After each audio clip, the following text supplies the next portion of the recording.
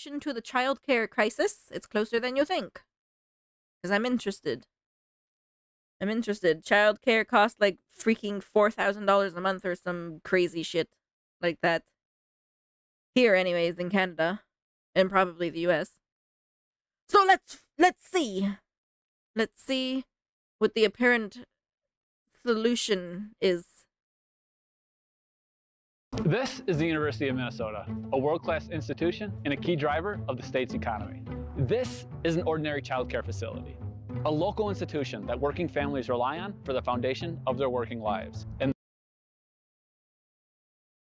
I don't know, man. That looks sketchy.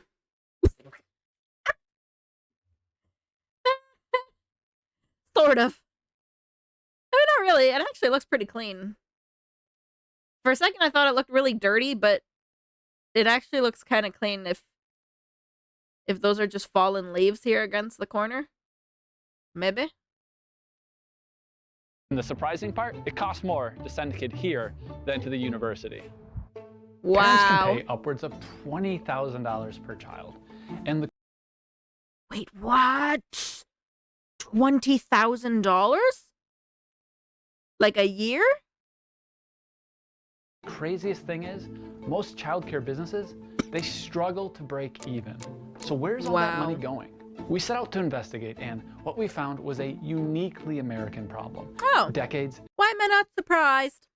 in the making, and one state, Minnesota, laying the groundwork to fix it. My daughter is 2. We pay $1,995 a month. What? Bro, what? I don't know why I'm surprised, because I was like sitting here saying like, oh, it's $4,000 a month, ha ha ha. But actually, what? That's my whole paycheck. That's like my mole. My mole. That's my whole monthly paycheck. What? You're not even in school and you're already paying $25,000 a head? Come on, dude, that's just dumber than crap. We pay $1,420 a month. Like, my head's What? How are you guys affording this? For real? For real? How are they affording that? What? I do one for this camera. Interview take 2, Mark. All right. Do you know offhand how much you charge for infants? We just increased our rates. It's $45 a day. And do you make money providing that care? No. That's Lindsay Bugler. What? She lives a dual life, a certified public accountant by day and a board member of Little Sprouts, a nonprofit childcare center, by night. Wow. Like, my coworker has her kids in daycare, and she was telling me it's this expensive. She also told me that the government covers some of it. Now, she didn't tell me how much of it they cover. But, like, I was just sitting there like, how do you afford that? That's like your rent. And just childcare. We're in Warren, Minnesota. Think small town community vibes. About 1,600 people. Families here are, in average, pulling in around $55,000 a year. Wow. That's about $20K less than the national average. And you can't charge the parents enough for us to pay the staff enough. That $45 a day comes out to be $11,000 a year, a whopping 20% of the average family income here, per child. And the thing is, it's kind of affordable relative to the rest of America. In a lot of areas, parents pay double that. Oh my gosh. Childcare, it's certainly not seen as a high profit industry. So, hold on.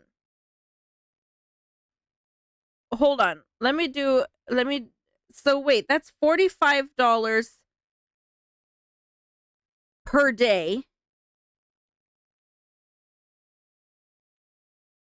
per kid. So if you do $45 times 365 days a year, I doubt there are that many days of the year. But whatever. So yeah, it'd be like $13,000 per kid. How are they not making enough money? No. Like, what's your take on that? It's impossible. It doesn't work from a financial aspect. Families aren't able to afford what we have to charge. So many don't. A lot of childcare centers struggle to break even. Why is childcare so expensive to provide? Ultimately, what it comes down to is the ratios. Lindsay's pointing out government rules on childcare, like limiting how many kids each caregiver can handle. And Okay. no sane person wants to get rid of the ratios. Do I think that smaller ratios, less staff, more kids is the answer? No, because then you run into a safety and also a burnout. You know, a person is only capable of taking care of so many children. Oh, okay. Okay, I see it. If they're limited to only being able to care for like 8 kids, so then they can't make any more than that. Okay, I see. I understand. This is the tricky balance in American childcare, keeping kids safe and running a viable business. It's expensive to do the first, making the latter nearly impossible. Imagine a childcare center's budget is $100. Around 70 of that goes to staff. Okay. Why? The ratios. The rest, that's for building, supplies, and administration. This is the tightrope that they walk. Now, they can't charge more because folks, they can't afford it. I mean, they already can't afford what they are being charged. And like, my opinion on this is that you really shouldn't have to be friggin' putting your kids in daycare like this anyways, because like your friggin' kids are being raised by daycare because minimum wage is fudged up. But anyway, because minimum wage is fudged up. If you're having kids, you should be raising the kids, not daycare. But nowadays, both parents have to be working, and yeah, it's just a whole mess. So to make a profit, they have to cut expenses.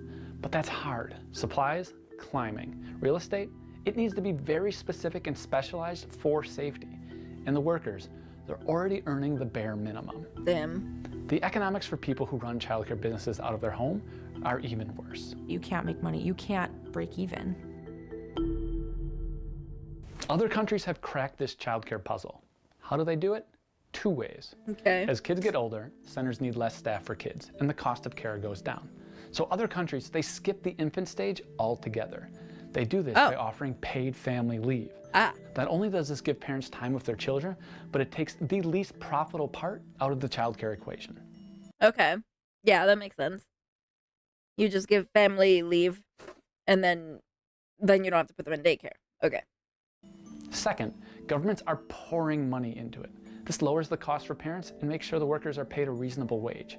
And guess what? Every buck they spend multiplies down the road.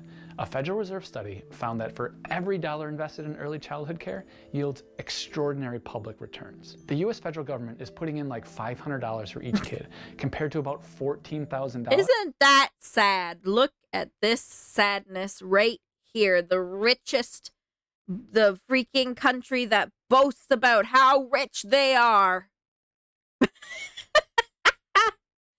And look at that shit. Wow. Wow, wow, wow.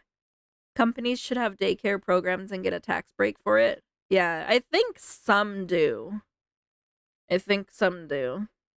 Good Money Organization USA. Uh-huh. Yeah. In other developed countries. The lack of investment creates a vicious cycle. Low pay and low profits makes it so there's a big shortage that trickles down to communities across America.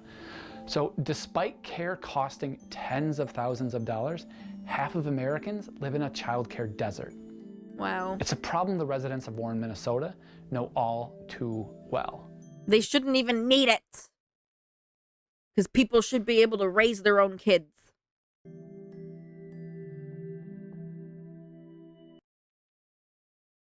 America isn't rich. Only like 8 people hold all the wealth. If they left the US, would suddenly be worse off than Russia. Oh. Yeah. Actually, I think I remember hearing about that a long time ago. Not actually rich. It's just like a few people that hold all the wealth. So how does a city administrator get involved with childcare? The city administrator gets involved with childcare when it is a problem that cannot be solved by the private sector. What happened in Warren was there was not enough childcare. That's Shannon Mortensen, the city administrator. In 2014, Warren was down to a handful of in-home childcare providers, and Little Sprouts, the only childcare center left, was in trouble. The president said, well, 2 p.m. today, we're closing our doors and we're filing for bankruptcy. I Wow. went to my boss and I was very emotional. And I said, I think I have to quit. I have to leave. We have to move because there's no daycare. And we said, well, what are we going to do? Because we can't not have a daycare in Warren. That's Phil Thompson. He's a business owner in Warren and sits on the city's economic I don't know, pay your freaking workers enough so that one person can stay home and raise the kids like before. development board. Is that how you kind of view daycare, as like almost like a public good or a service? I do now, yep. What changed? When you learn about the mechanics of it and economically how it operates, you have to have affordable daycare. So I talked to a couple of friends of mine and we ponied up some money to keep the doors open. The donations gave some breathing room, but the big problem remained. The business model was unsustainable. The high school was calling us because they couldn't hire teachers because there's no daycare. The hospital, the nursing home, other businesses in town. So everyone looked to the city to come up with a solution. The city would build a state-of-the-art facility optimized for childcare with potential spots for over 100 kids, and the community would fund it with a 0.5% sales tax. So then we put it to the general public here in Warren, and it passed by 15 votes. If that was a commercial building at $3 million, the loan payments would be $160,000 to $180,000 a year. But it's not a commercial building. Little Sprouts, a nonprofit, will run the day-to-day operations, saving hundreds of thousands of dollars a year. If we think back to that hypothetical childcare budget, the real estate expense is gone. Now they can start building a rainy day fund or lower prices. Wow. When you basically Like, why couldn't they have just done this in the first place then? They have to wait till shit hits the fan. found out that the center was going to close, did you ever think that this was going to be the result? No, I never gave that any thought, that we could build a facility like this. We're going to be able to attract employees to the community now that we couldn't before. I mean, they'll look at, it's not just a daycare, it's a nice daycare. Warren's model, the community taking over the real estate cost, is set to stabilize the town's childcare supply for years. It's fantastic, and the good news is everyone involved thinks it's repeatable. The bad news is that this doesn't tackle childcare's flawed business model. Wow. The first issue is wages. Wages are the bulk of the budget, and they're also super low because parents can't afford to pay more. Nationally, the median childcare wage is under $14 an hour. What? Under $14 an hour. Oh my gosh. What the hell are you going to do with that? Nothing. And only the biggest providers can give benefits like retirement and health insurance. We have this entire system that is just built on the backs of underpaid women. And it went on for like years. No one said anything. Well, I'm sure people were saying things, but no one listened, and now we gotta fix it. Yep. This is a little fudged up for me. Most of our daycares are managed and funded by the local government, and families pay only about 30% of the full amount. Yeah, like, and I say it about school. If the government wants everyone working and having kids, well, then the government needs to provide a place for the kids to be while the parents are at work. And the same thing with school.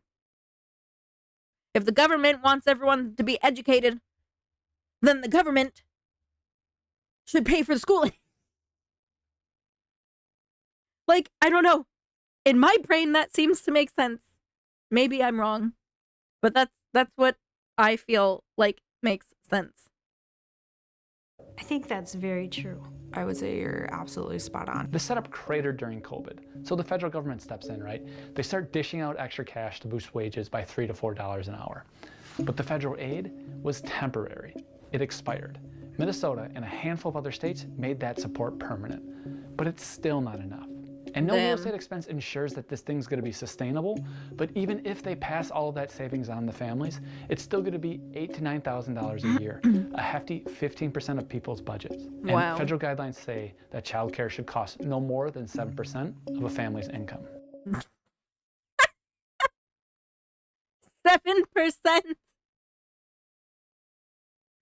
Yeah, they also say that your rent shouldn't be any more than what, 30% of your income? So that means if you're bringing in $30K a year, your childcare, your daycare should be no more than $175 a month. Yeah. Totally. They're totally not paying almost $2,000 a month for childcare, right? Right?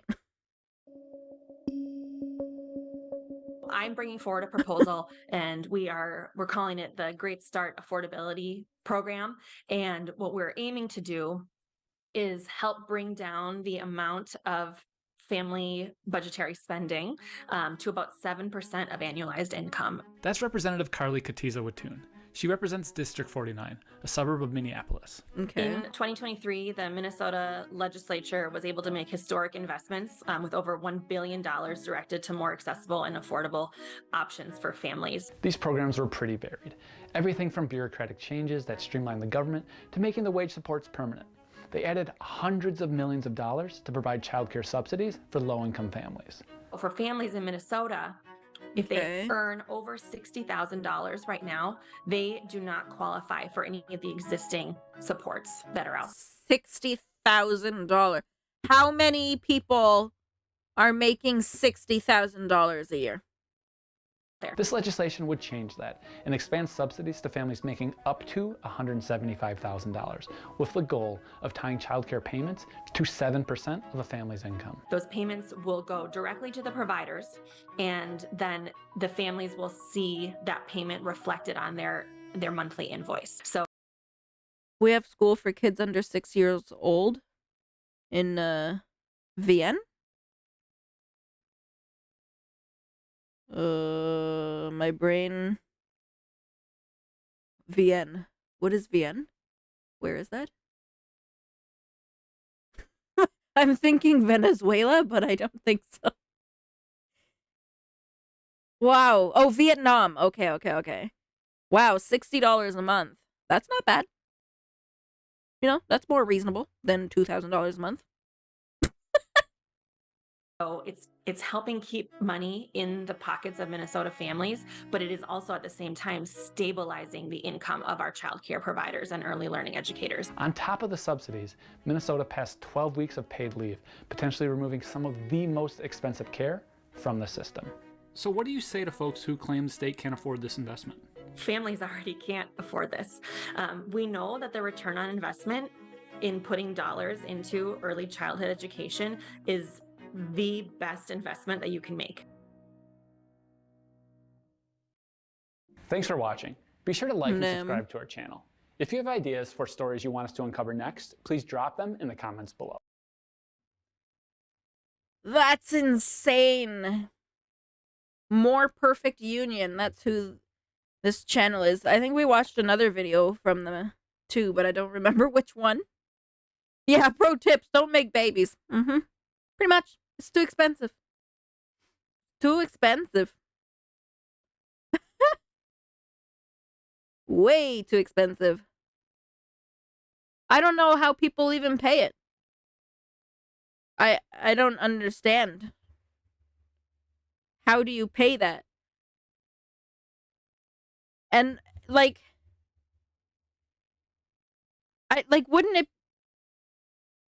wouldn't it be less expensive to just not work? Like, because if you have one person working, right, and you can't afford your rent or whatever, maybe you can't afford your bills, whatever, so then you're like, oh, the other partner also needs to go to work now. But then that partner working is only able to afford the daycare that they now need. So now you're back to square one, as if only one of you was working. So I don't get it. I don't get it. How does that work? I don't understand. Brain no compute.